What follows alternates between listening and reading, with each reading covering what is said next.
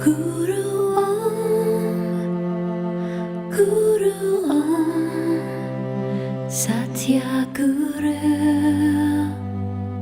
Guru. A close friend of my daughter's, 33 years, has taken his life. Yucks, I'm really sorry about that. His sister says he was happy but always had two mental conditions which could crowd in together and did it. How do you handle this loss in life? How do you handle something like suicide? It's hard. It's hard. How do you handle it? Again, the only way is accept. You see, when somebody in our family passes away, and especially in suicide, this is why suicide is such a sad thing. The rest of the family take on the guilt.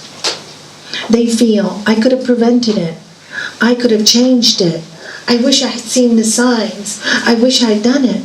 But you know what? It happened. It happened. The guilt keeps the sorrow in for much longer. Whenever you feel guilty about something, you get sad about it for a long time. You know, I don't know why, but some people choose odd ways to die in their life. They do. Maybe they had some karma. Maybe they needed to go that way. We make all the judgments. This is right, this is wrong. The guilt is what makes everything worse. When I've seen people who've lost, I was working with quite a few mothers that had lost their mostly 18, 20-year-olds to suicide. And many times it was the drugs with these young people. But the parents take the responsibility. And this particular mother, for 10 years in her life, she really had no peace. She just had no peace. She couldn't move on in her life, so her husband left her after the son had committed suicide because couldn't deal with her sorrow anymore. So she not only lost her son, she lost her husband. Not only that, she had a daughter who got so angry that the mother was so depressed that she got so angry with her mom. And so she also stayed away from the mom and started swearing at the mom all the time. So now you got this woman full of guilt, lost her son, and lost her whole family with her sorrow because she carried the guilt. So when I started working with her, she was so sad. And I go, your son is gone. Imagine if you did something really crazy and you went away, and then you wanted to say sorry that you had done something crazy and something wrong because you hurt somebody so much, like your mother, and you're trying to tell her, I'm sorry, but you can't reach her. You can't reach her. How do you think your son feels? How do you think he feels? He's in a different dimension. He's flying. Whatever has happened, it's happened. But you are staying here, wasting the rest of your life. Of course it will be painful for the rest of your life. Any loss is painful. Ask anybody who's lost somebody so close. It will always be painful. How do you deal with it? Honor their life. That's how I dealt with my husband's loss. I honor that they died so that I can do something good. What would I do in a situation like that? Find out why people commit suicide, study the subject, go into schools, learn about it, and see what I could do. I would make my brother's death into a heroic death because it would make me so happy to honor his name and not think, oh my God, he committed suicide. I don't know why he did it. But let's honor his name and let me do good in the world so that I bring his name up. I help his soul, whatever it is in the other dimension that he's in, I can help his soul and do charity in his name and do good things in his name. Sponsor a child. Help another child and say, I'm doing this for the soul of my brother. It makes you feel better. In our Hindu tradition, it's a lovely tradition when somebody dies, especially somebody you love very much, and you're in a lot of pain. The best thing to do is find somebody else and serve them. There's a lovely story. There was a woman who lost her husband. She had no children. And her husband provided everything for her. So she was very wealthy when he died, but she went into such a deep depression.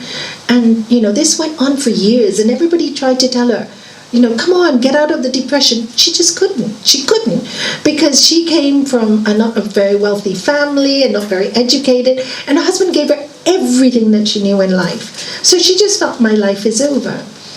And then one day, she just looked out of the window of her house, and she saw these 3 street children just eating rubbish from the bin.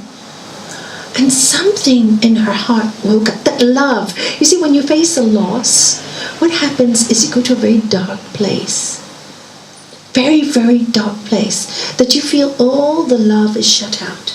It's almost like somebody put a blockage over your heart and you can't feel. But something in her psyche, when she saw the children, she goes, oh my God, they're eating, they're going to die, they're going to get a disease. So she ran down. She said, where are you from? Where are your parents? They go, we have no parents. We've been living off the street for years. I mean, in India, this happens quite a lot. And she goes, and like this, how have you been off the rubbish bins?